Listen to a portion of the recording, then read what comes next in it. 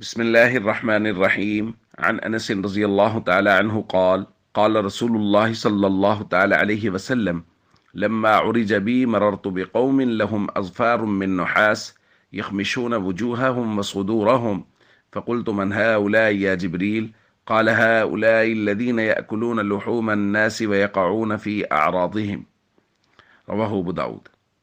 نبی کریم صلی اللہ علیہ وسلم نے ارشاد فرمایا، جب مجھے معراج کرایا گیا تو میرا گزر ایک ایسی قوم پر ہوا جن کے ناخن تانبے کے تھے، جو اپنے چہروں اور اپنے سینوں کو چھیل رہے تھے۔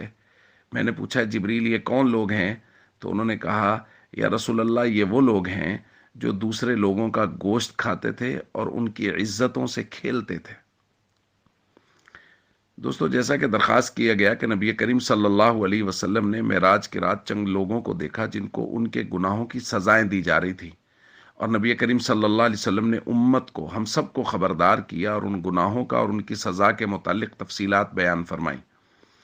آج کی روایت میں حضور نے فرمایا کچھ لوگ ایسے تھے جن کے ناخن جو ہیں وہ تانبے کے تھے اور وہ اپنے چہروں کو اور اپنے سینوں کو نوچ رہے تھے، چھیل رہے تھے۔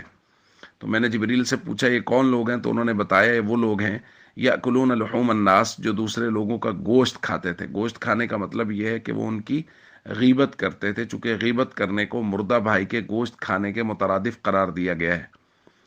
اور دوسرا کہا وَيَقَعُونَ فِي أَعْرَاضِهِمْ، یہ غیبت سے بھی بڑی بات ہے کہ وہ ان کے عزتوں میں واقع ہوتے تھے۔ کیا مطلب؟ ان پر تہمتیں لگاتے تھے، بہتان باندھتے تھے، جو چیز ان میں نہیں تھی، جو برائی ان میں نہیں تھی، وہ لوگوں کے سامنے بیان کرتے تھے تاکہ معاشرے سے ان کی عزت ختم ہو جائے۔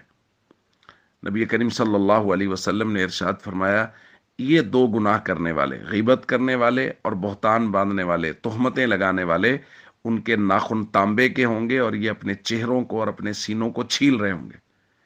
اس لیے بھائی ہم سب کو چاہیے ہم اللہ سے ہمیشہ ڈرتے رہیں اور اپنی زبان کا استعمال بہت احتیاط سے کریں۔ غیبت سے، بہتان بازی اور تہمت سے اپنے آپ کو، اپنی زبان کو ہمیشہ محفوظ رکھیں۔